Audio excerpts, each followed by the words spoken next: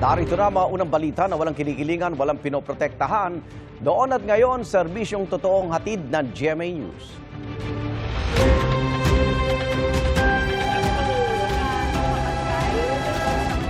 Yung wala na naman ho dito. Unang balita! Nasa loob pa rin ng Senado si Senador Ronald Bato de la Rosa kung saan maigpit ang seguridad. Kasunod ng naging tensyon doon kahapon.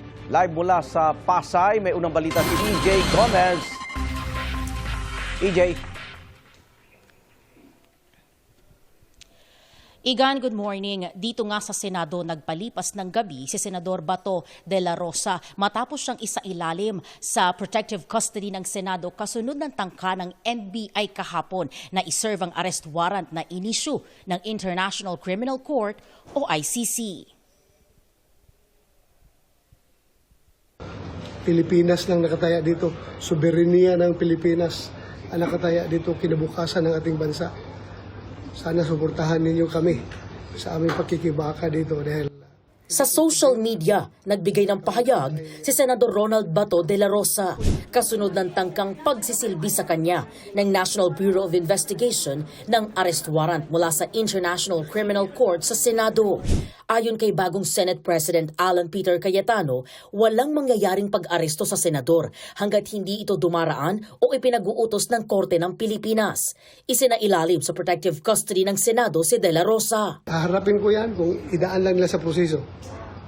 Kung merong totoong warrant of arrest, dalhin nila sa local court, ayusin nila, then uusapan natin at haharapin namin yan. Hindi yung dala ka ng papel na hindi klaro. Nagbigay rin ng mensahe si de la Rosa sa kanyang mga taga-suporta.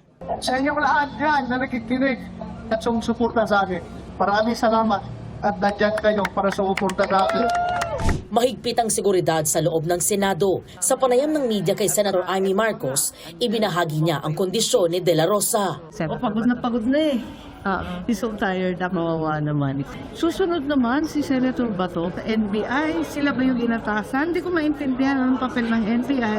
Higit sa lahat, bakit pinapagayway ni Senator Trillanes? Siya na ba yung sheriff ng ICC?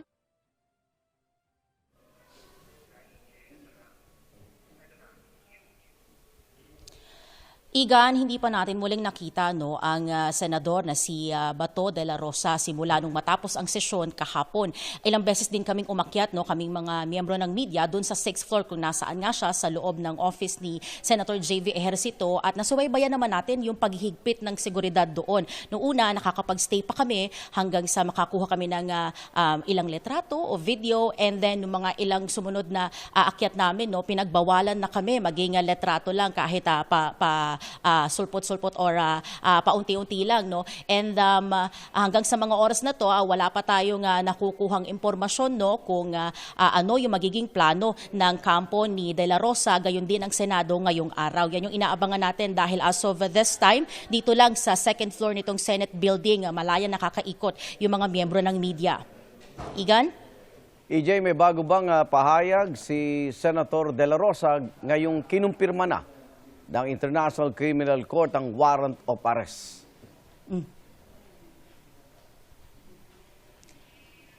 Igan, sa tanong na yan, wala pa. Actually, na closely coordinated din tayo doon sa kanyang public relations officer. Wala pang nakukuhang sagot ang media mula doon sa kanya. Tapos yung impormasyon naman doon sa panibagong statement niya, wala pa siyang binibigay. Ang huling statement niya ay nung nahila siya ni Senator Robin Padilla at nagbigay nga ng pahayag itong senador na si Bato de la Rosa doon sa live stream at yan ay kagabi pa. Yan muna ang latest na kumbaga sinasabi or naging pahayag ni Bato de la Rosa. Meron ba mga senador na kasama siya na nanatili sa Senado nitong magdamag? Alam mo, Igan, mismong mga security, naging mahigpit sila kasi sinabihan daw sila na hindi talaga pwede silang magsagot kahit yes or no lang. Kasi nagtatanong kami, may mga lumabas po ba? Nung mga pang-apat na akyat namin doon, kahit yun, hindi nila masagot na dahil pinaghigpitan na rin sila nung kanilang mga higher ranking officers. So regarding doon sa kung sino yung kasama niya, kung sino yung mga lumabas, or kung meron mang pumasok, walang nakuhang impormasyon dyan tayong media. EJ, Senador Trillanes, nakita mo ba nandyan na kung nag-stay din magdamag? Pagpasok natin dito no sa Senate building after natin mag-cover doon sa rally, wala tayong naramdaman, wala tayong nakuha din na impormasyon kung nandito pa si Senator Trillanes or kung nagstay siya katulad ni Senator Bato de la Rosa magdamag dito sa Senate building, or kung hindi naman siya nagstay, information kung nandirito na ulit siya ngayong panibago ang araw, umaga na, wala pang information about Trillanes. Maraming salamat, EJ Gomez.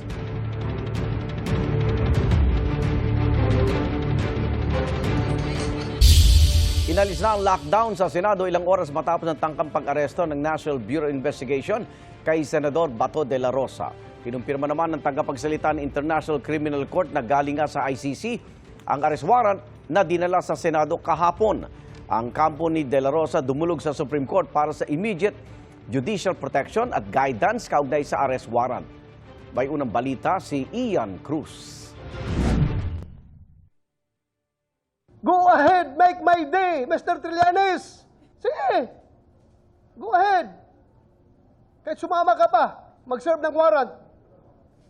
Sumama ka, ikaw mismo magpusa sa akin.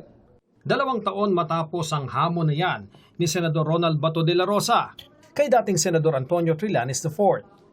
Nagpunta si Trillanes sa Senado, bitbit ang anyay warrant of arrest ng ICC kay De La Rosa para sa kasong Crimes Against Humanity kaugnay sa war on drugs ni dating Pangulong Rodrigo Duterte. Sabi ni Bato, kaya ako nandito dahil personally niya ako ni-request na sasamahan ko yung magpoposa. So, nandito.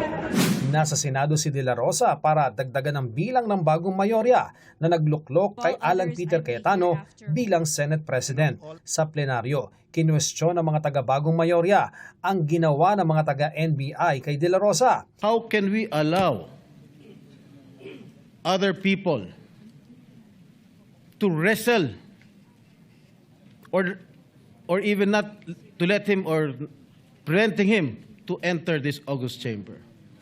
Ano ang ginagawa ng Sergeant at Arms? Bakit nila pinapayagan ito na gawin ito sa isang senador? Iniutos ni Cayetano sa Office of the Sergeant at Arms ng Senado na imbestigahan ang insidente. Kalaunan, nag-resign si Senate Sergeant at Arms Rene Samonte. Sa kopya ng ICC arrest warrant na nakuha ng GMA News, secret ex parte only available to the prosecution ang nakasulat sa unang pahina. May petsa itong November 6, 2025. Inisyo ito ng Pretrial Chamber 1. Batay sa dokumento, naniniwala ang chamber na kailangang arestuhin si De La Rosa para masigurong haharap siya sa korte at para hindi niya mahadlangan ng investigasyon. Nag-issue ang chamber ng warrant of arrest dahil sa kanyang umano'y criminal responsibility bilang indirect co-perpetrator sa crime against humanity of murder kaugnay sa drug war. At kung kailangan daw ma-execute ang arrest warrant na nooy classified bilang secret, maaari itong ipagbigay alam sa mga estado at international organizations. Sabi ng kampo ni Trillanes na i-transmit na ito sa Philippine Center on Transnational Crime o PCTC na counterpart ng Interpol sa Pilipinas. Tugod sa GMA News ng Executive Director nitong si retired Major General Romeo Prestoza, binavalidate pa nila ang impormasyon tungkol sa warrant at maglalabas ng pahayag kapag may kumpirmasyon sila mula sa ICC. Ayon kay Trillanes, legal ang arrest warrant ng ICC at taliwas sa batas ang proteksyon ng Senado kay De La Rosa. Obstruction of justice yan kasi valid warrant po ito ng ICC na transmit via the Interpol na sineserve po ng ating local authorities. Kinontra ito ni Cayetano. So we have Senate Resolution 44 na nagsasabi na kapag ka ito ay foreign warrant, kailangan dumaan pa rin to sa local court. Tapos yung local court ang mag-i-issue ng warrant of arrest and sasiguruduhin lang natin na may due process. Dumulog ang mga abogado ni De La Rosa sa Korte Suprema para sa immediate judicial protection at guidance sa legalidad at epekto ng umano'y ICC warrant. Muli rin silang umapila sa paglalabas ng temporary restraining order o preliminary injunction para hadlangan ang pag-aresto sa kanya at pagpapaharap sa isang foreign tribunal. Sa Facebook Live ni Senador Robin Padilla, kinwestiyon ni De La Rosa ang dalang ICC arrest warrant ni Trillanes. Kung merong totoong warrant of arrest, dalhin nila sa local court, ayusin nila, then pag-usapan natin at haharapin namin yan. Hindi yung dala ka ng papel na hindi klaro. Most likely spurious na warrant of arrest daldalan Trillanes kasi gusto niya madala ako doon sa dahig. Kinumpirma ng ICC na kanila nga ang arrest warrant na anila'y inilabas confidentially under seal ng pre-trial chamber 1. Nasa proseso na raw sila ng pag-unseal nito. The judges assessed the material submitted by the prosecution and found reasonable grounds to believe that Mr. De La Rosa is allegedly criminally responsible as an indirect co-perpetrator for the crime against humanity of murder. Mr. De La Rosa is alleged to have been involved in a common plan that lasted from approximately the 1st of November 2011 until the 16th of March 2019 to kill alleged criminals in the Philippines, including those perceived or alleged to be associated with drug use, sale, or production. Nanawagan din si De La Rosa ng suporta sa mga kapwa niya graduate sa Philippine Military Academy. Sana natitira pa rin sa bawat puso ng isang PMA graduate yung courage, integrity, and loyalty. I am soliciting their support. Ito ang unang balita. Ian Cruz, GMA News. Mahigpit pa rin na pinatutupad na seguridad dito sa gate ng Senado. Actually, yung nakikita natin dito, hindi lahat ng sasakyan ay pinapapasok. No? Siguro kapag may mga kailangan ipa-present na mga ID, gano'n, at hindi na ibigay nung nasa sasakyan, ay hindi nila pinapayagan. Gaya ho nung nakikita nyo ngayon, mahigpit ho yung pagbabantay dito ng mga security ng Senado. Habang sa labas naman po, yung gaya ng naririnig nyo ngayon, meron pa rin po mga taga-suporta nitong si Senador Ronald Bato de la Rosa ang nandito. Sila po yung nag-vigil kagabi dito sa harapan ng Senado. Dito na ho sila nagpalipas ng magdamag. Yung iba ho ay nanatili dito. At ngayon nga po araw natin na ito, hindi po natin alam kung magkakaroon ng programa. Sila po rin po yung mga miyembro nitong MASADA o yung Masa para Sara Duterte Alliance, Duterte Rider Supporters at One Bangsa. Yung iba nga ho sa kanila ay galing pa sa Mindanao. Ngayon kausapin ho natin ang ilan sa mga nandito ngayon, si Rochelle Calye. Rochelle, tayo ka lang saglit. Okay. Si Rochelle po ay miyembro nitong grupong ito mula noong 2025. So, Rochelle, ano plano nyo ngayong araw na to? Maghihintay po kami kung anong mangyayari na baka kami against sa mangyayari. Pero alam namin hold na si Senator Bato sa loob. So he's so safe now. So sana wala silang ibang gawin. Katulad ng ginawa nila sa akin noong 2024 na paghuli at pag-abduct sa akin ng PNP noon. I was in CADG 1 week na walang warrant of arrest. I have an Interpol red notice. Tapos kinuha nila ako ng walang warrant of arrest at kinulong nila ako sa CIDG Krame. So I fight with it sa ombudsman until now. Okay. So, Rochelle, ano plano nyo? Ngayong araw bang ito, may mga nagpalipas na dito ng Magdamag, ayan. Meron bang kayong planong programa ngayon? Yes po, may mga programa, darating ang mga kasama at marami pa.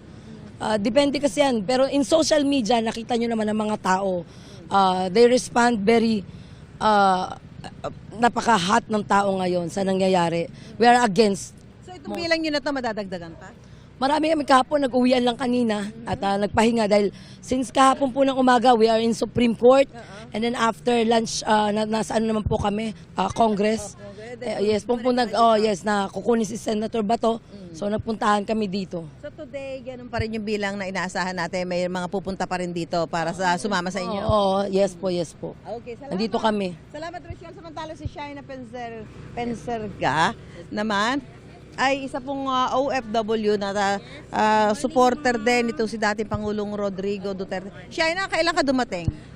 Actually, matagal-tagal na pero umuwi lang ako dito sa bansang Pilipinas dahil sa problema natin ngayon, ng problema ng ating bansa. Siguro ma'am, alam nyo naman po kung ano. So anong plano nyo rin? Ikaw ba isasama din sa pagpapatuloy ng programa dito at pagpapakita ng suporta kay Senador Ronald Bato de la Rosa? Opo, siyempre, andito po kami para kay Senador. Bato dahil hindi po maganda ang ginagawa ng ating administrasyon ngayon sa ating bansa, lalong-lalo na po ngayon dito kay Senador Bato. Kasi binabalak na naman nilang kidnapin katulad ng ginawa nila kay Tatay Digong. So hindi po namin yun papayagan dahil mga kababayan ko, kailangan po nating manindigan dahil kung nagawa po nila sa former president at sa ating senador ngayon, pwede po nilang gawin sa ating, katulad sa ating mga maliliit na mga So magtatabay kayo dito sa mga mag-i-development? Opo. Salamat ha. Opo, thank you ma. 13 senador ang bumoto kahapon para kay Alan Peter Cayetano bilang bagong Senate President. 8 sa kanila ang mga dating kasamahan ni Alan Cayetano sa minority na sina Senador Bato de la Rosa, Robin Padilla, Amy Marcos, Bongo, Cheese Escudero, Jinggoy Estrada, Joe Villanueva at Rodante Marcoleta. Ngayon din ang 4 na dating sumuporta kay Senador Tito Soto na sina Senador Loren Legarda, Mark at Camille Villar at Pia Cayetano. Ibinoto rin ni Soto si Alan Cayetano bilang tradisyon sa Senado na hindi binoboto ang sarili. 8 kasamahan ni Soto sa dating majority ang muling bumoto sa kanya. Sila ay sina Senador Ping Lacson, Sherwin Gatchalian, Bam Aquino, Kiko Pangilinan, Risa Ontiveros, Rafi at Erwin Tulfo at Lito Lapid. Pati si Cayetano na ibinoto rin si Soto bilang tradisyon sa Senado na hindi ibinoboto ang sarili. Nag-abstain naman sina Senador J.V. Ejercito at Mig Zubiri. Sabi ni Soto, Senate President man siya o hindi, pumapanig siya sa konstitusyon at sa taong bayan. Sabi naman ni bagong Senate President Cayetano, walang kinalaman sa impeachment ni Vice President Sara Duterte ang rigodon sa Senado. Let it make it very clear.